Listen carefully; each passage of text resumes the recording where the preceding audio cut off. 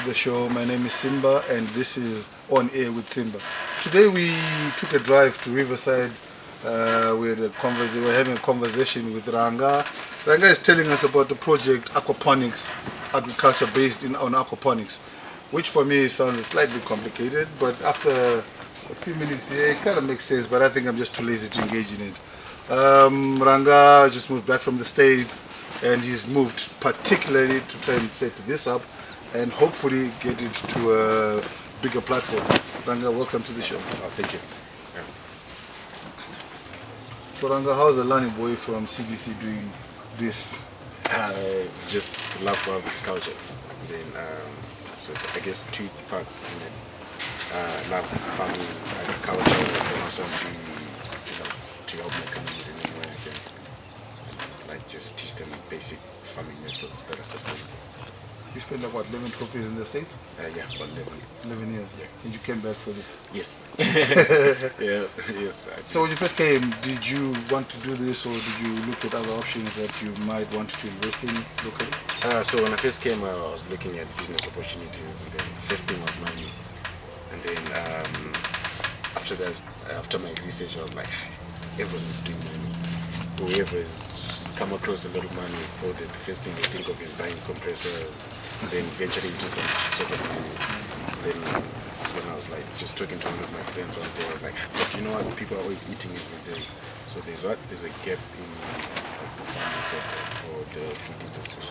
So like that's like if you can produce something that's consumed every day, you're actually making a money than the mine who's going and digging or something. That might not be. That might not be. Yeah.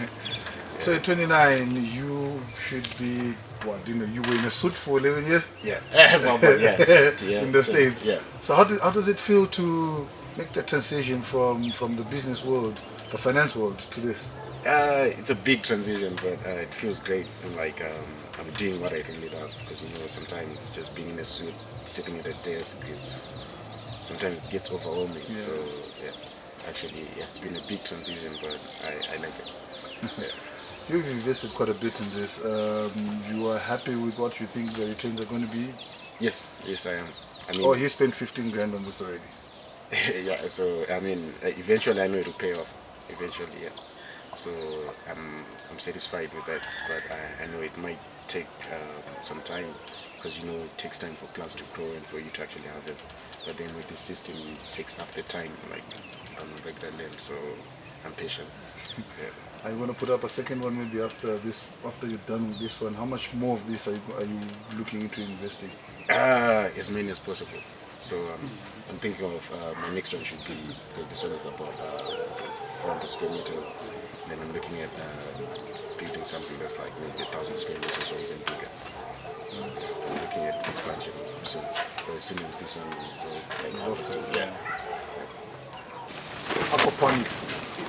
With aquaponics, is it a particular type of plant or vegetable or crop that you can do, or is just everything? Basically, you can almost do any type of crop with it, but then mainly like maybe microclimate and stuff. I mean, it's hard to do like maize, potatoes, yeah. But you can almost do most of the crops too. What are you doing here? So we're doing strawberries, cucumbers, lettuce, peppers, tomato. We forgot to ask you what the name of this company is. Oh, it's called Aquaponics Zimbabwe. Aquaponics Zimbabwe. And then also have a website that's up and running, Aquaponics Zimbabwe, Instagram pages, Facebook, Twitter. So Aquaponics Zimbabwe right now is in Riverside, where Ranga has been setting up his aquaponics plant. Why Riverside did you try and get? Are you maybe going forward? Did you try and get a farm or a larger plot to get this going? Yeah, hopefully, if luck is on my side, I'm hoping I get a farm so I can do it on a larger scale.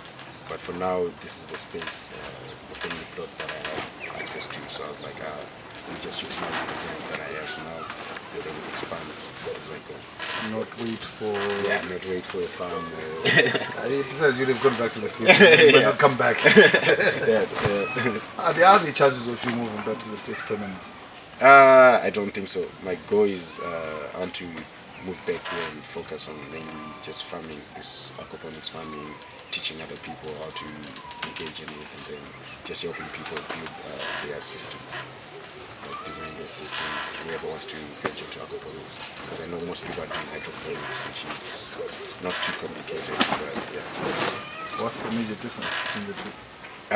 So we use fish, and then in hydroponics they just eliminate the soil part and then just use other components of it. But in aquaponics it's a combination of fish and like water. So fish farming and the plants. Oh, fish farming. That's Yeah. an interesting take. So can we come buy fish here at some point? Yeah, eventually the fish will grow to Yeah. to a larger size, but yeah, and then you can also sell the fish too. So it's not like you can just sell the plants. You can also eventually sell the fish and then replace it as however you like. Okay, what's the average? What's average? What time frame for a fish to remain useful for the agricultural side of it? They say the bigger it gets, the more like nutrients it makes. It produces. Yeah, but then there's also complications to that. So I'll say maybe an average about 6 months will be sufficient, 6 to 8 months. The complications would then obviously be the number of fish and the size they space, go yeah. to and the space that they can thrive in. Because they need lots of space for them to. What sort of fish do you use? Is it any bream? Okay. Looks like we're not just getting vegetables here, we might just get fish too. Yeah. I see a good braai here to celebrate the first harvest. Yes, Oh, definitely a fish, plants. and a good salad to go with Salad, it. yes. So what I'm doing now is put a sponge so it helps the water absorb, and then that way the water can get to the plant. And then put it in a floating tray so the water is coming from what? The bottom of the water is coming, the sponge is getting the water from this this thing that we built, which is like constant flow of water. So the water gets in, and then as it's absorbed by the sponge, and then from there it also, there's a system that brings back the water from the fish, and then so from the fish into the trays, into the floating trays, and then also fresh water goes back into the fish from the floating trays. And then so the sponge method just helps like the water, like it helps us not lose lots of water, and then it helps us maintain like the water levels.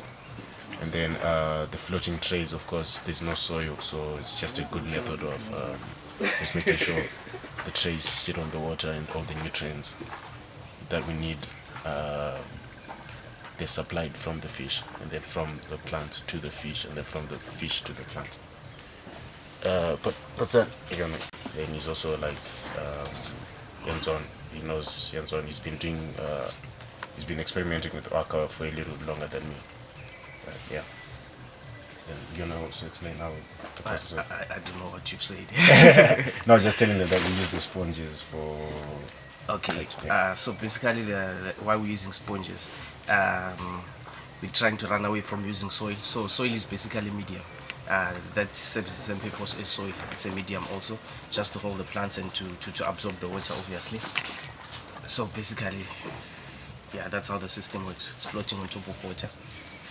Yeah. What we're planting in is called a vertical tower. So this is just a method of saving space, because each tower fits about 36 plants.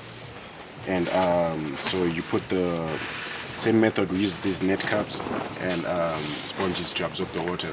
And then there's a inlet of water that comes from the top, and then it supplies the whole tower with water, and then it also comes down from the bottom from these pipes, which then feeds it back into the tanks.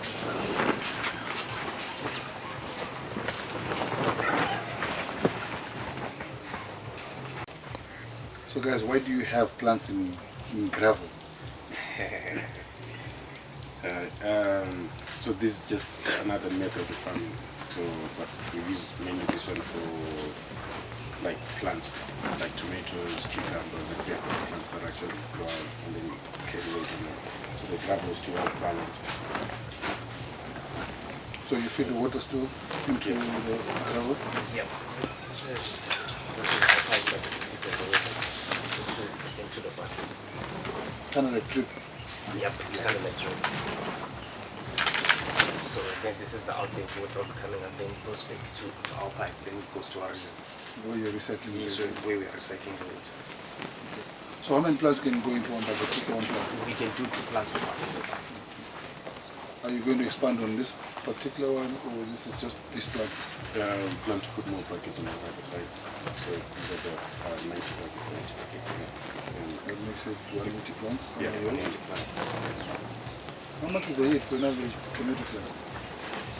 I'm not quite too sure. It depends on the variety. Depends on the variety.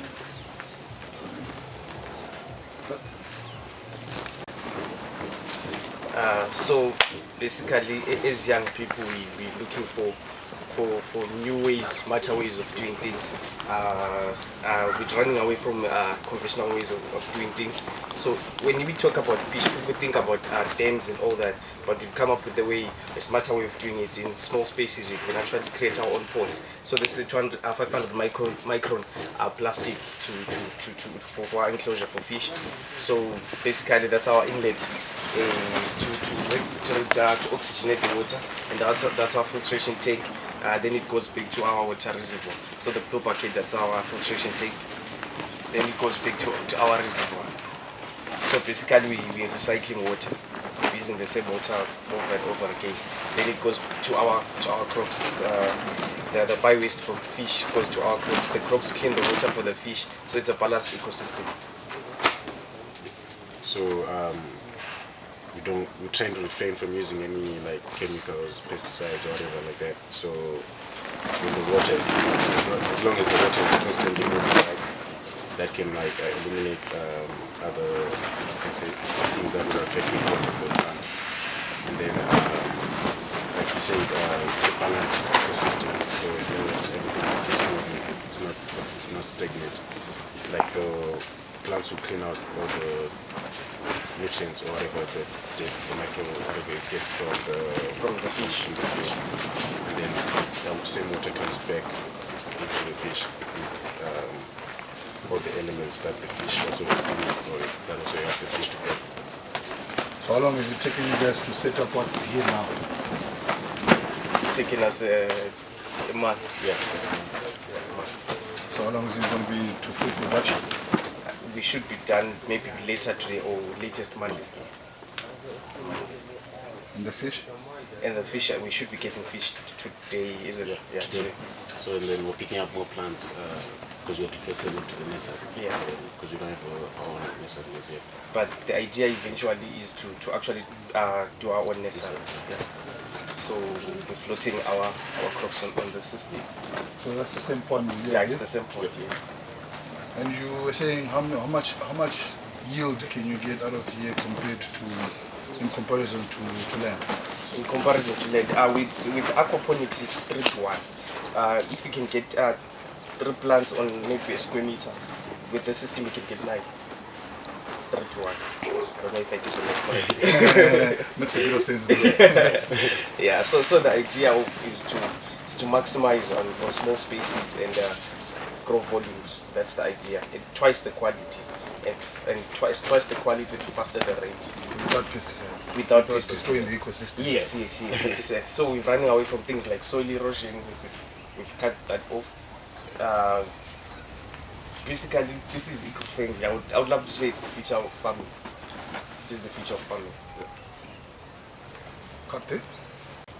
Thank you for watching us. This was On Air with Simba. Today we spent a few minutes with Ranga, more than a few minutes with Ranga. You just in 15 minutes of it, but we've been here a minute. Ranga, thank you for the time. Thank you. Hopefully we can come back here for that prize that you promised us at the beginning of the show. Definitely, most welcome. You're most welcome. So yeah, this is Aquaponics Zimbabwe, based in Riverside in Bulawayo. We've had a bit of fun here watching these guys work, but if you can't swim, don't come here. Follow us anytime you want. Stay with us.